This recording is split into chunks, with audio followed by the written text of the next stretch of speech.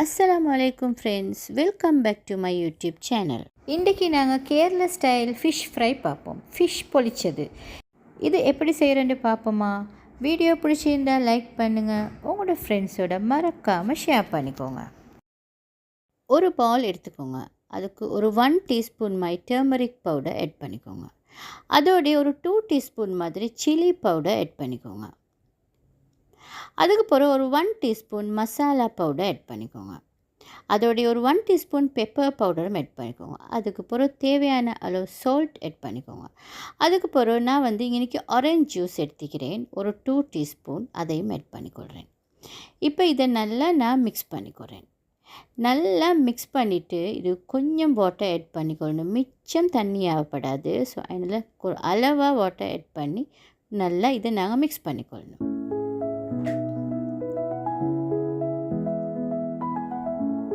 இப்போ இதை மிக்ஸ் பண்ணி இது ஒரு பக்கத்தில் வைப்போம்.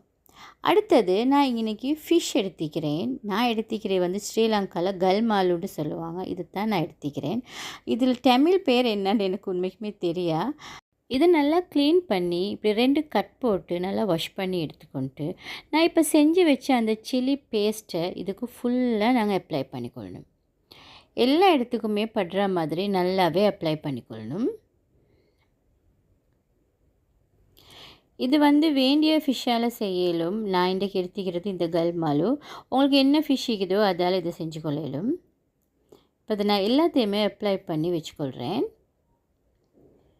இந்த சில்லி பேஸ்ட்டை அப்ளை பண்ண போக்குள்ள கொஞ்சம் கவனமாக அப்ளை பண்ணணும். ஏண்டா ஃபிஷ்ட போன்ஸுக்கு தானே, அதில் கையை ஹர்ட் பண்ணிடாம வைக்கணும்.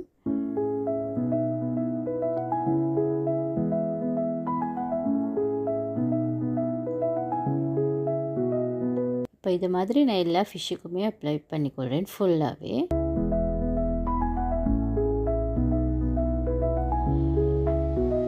இப்போ இதை எப்படியுமே ஒரு 1 ஹவர் மாதிரி இது மேரினேட் ஆகிறதுக்கு வைக்கணும். அப்போ தான் இதோட உப்பு புளி எல்லாம் நல்லா பட்டிக்கும். ஸோ நான் இதை 1 ஹவர் மாதிரி வச்சுட்டு எடுத்துக்கொள்கிறேன். இப்போ இதுக்கு நான் ஒரு மசாலா ரெடி பண்ணணும். அதுக்கு ஒரு பேன் எடுத்து அதுக்கு ஒரு 5 டேபிள் ஸ்பூன் மாதிரி ஆயில் ஆட் பண்ணிக்கொள்கிறேன். அதே மாதிரி இன்றைக்கி நான் ஆனியன் 250 கிராம்ஸ் எடுத்துக்கிறேன். அதை சாப் பண்ணி எடுத்துக்கிறேன். அதை நான் இதுக்கு ஆட் பண்ணி இது கொஞ்சம் நல்லா சோட்டை பண்ணிக்கொள்கிறேன். அதோட ஜிஞ்சர் கார்லிக் நான் இடித்து எடுத்துக்கிறேன். அந்த பேஸ்ட்டையும் நான் இதுக்கு ஆட் பண்ணிக்கொள்கிறேன். அப்புறம் 2-3 கறி லீவ்ஸ் அதையும் நான் ஆட் பண்ணிக்கொள்கிறேன். அதோட 2-3 க்ரீன் சில்லி சாப் பண்ணி எடுத்துக்கிறேன். இது எல்லாத்தையுமே ஆட் பண்ணி இது எல்லாத்தையுமே கொஞ்சம் சோட்டை பண்ணிக்கொள்கிறேன்.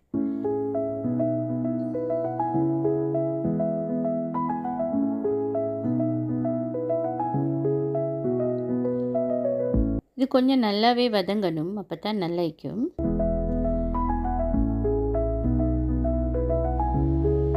இப்போ நான் கொஞ்சம் ஷூட் பண்ண கொஞ்சம் மறந்துட்டேன். இதுக்கு நான் ஆட் பண்ணிக்கிறது என்னென்னா 1/2 டீஸ்பூன் பெப்பர் பவுடர், அதே மாதிரி 1 டீஸ்பூன் சில்லி பவுடர், அதே மாதிரி ஒரு 1/4 டீஸ்பூன் டர்மரிக் பவுடர். இது தான் ஆட் பண்ணேன். ஆர்வக்கோளாறு அப்படியே கொஞ்சம் போஸ்ட் பண்ணி வச்சுட்டேன் கேமராவை. நெக்ஸ்ட் ஒரு 2 டொமாட்டோஸ் எடுத்துக்கிறேன், கொஞ்சம் பிக் டொமாட்டோஸ். இதையும் நான் இதுக்கு ஆட் பண்ணிக்கொள்கிறேன். இப்போ இது எல்லாத்தையுமே நல்லாவே மிக்ஸ் பண்ணி விட்டுக்கொள்ளணும். இப்போ இதுக்கு போதுமான அளவு சால்ட் ஆட் பண்ணிக்கொள்ளணும். இது நல்லா நாங்கள் மிக்ஸ் பண்ணிக்கொள்வோம். மிக்ஸ் பண்ணிவிட்டு இதை நாங்கள் க்ளோஸ் பண்ணி ஒரு 3 மினிட்ஸ் இந்த டொமாட்டோ எல்லாம் நல்லா குக் ஆகிறதுக்கு அப்படியே வச்சுக்கொள்ளணும். 3 மினிட்ஸ்க்கு பிறகு இதை நல்லா ஓப்பன் பண்ணி கொஞ்சம் நல்லா நாங்கள் மிக்ஸ் பண்ணி விட்டுக்கொள்வோம். இப்போ இந்த டொமாட்டோ எல்லாம் கொஞ்சம் நாங்கள் நல்லா மிக்ஸ் பண்ணிக்கொள்ளணும். அதோட இதுக்கு ஒரு 1/4 கப் திக் மில்க் ஆட் பண்ணணும். திக் மில்க் 1/4 கப் ஆட் பண்ணி நல்லா மிக்ஸ் பண்ணி இதை நல்லா குக் பண்ணிக்கொள்ளணும்.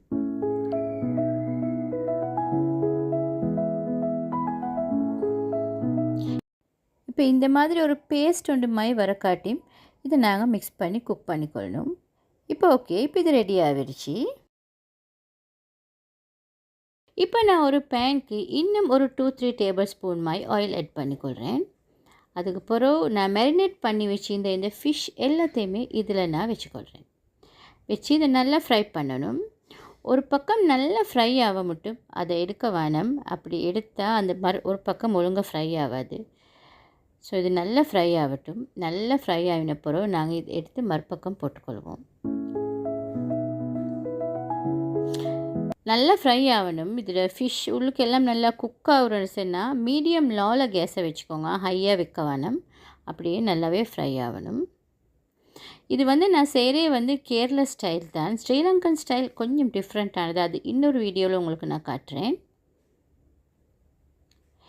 இது ஒரு அட்டகாசமான ரெசிபி. இது ஒயிட் ரைஸ்க்கு சூப்பராக இருக்கும்.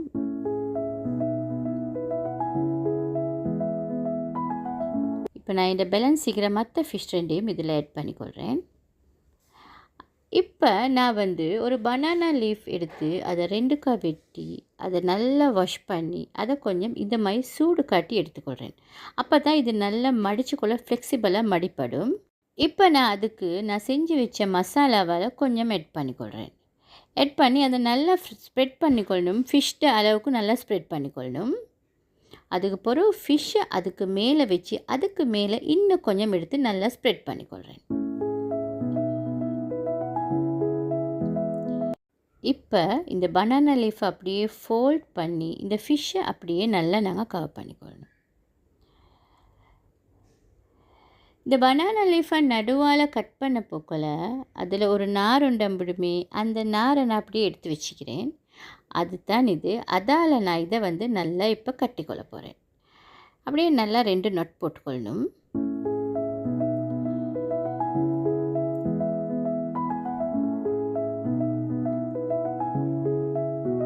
இப்போ இந்த தொங்கலில் மறுபடி இன்னொரு கவுன் நொட் ஒன்று போட்டுக்கொள்ள போகிறேன்.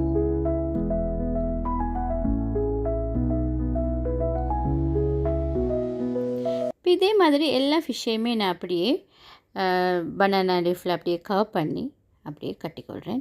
இப்போ நான் திருப்பு பேனுக்கு ஒரு 2 டேபிள் ஸ்பூன் மாதிரி ஆயில் ஆட் பண்ணி இதை ஃபுல்லாக நான் வச்சு அப்படியே க்ளோஸ் பண்ணிட போகிறேன். கட்டாயமாக நாங்கள் க்ளோஸ் பண்ணணும். க்ளோஸ் பண்ணாட்டி ஒழுங்காக குக் ஆகாது.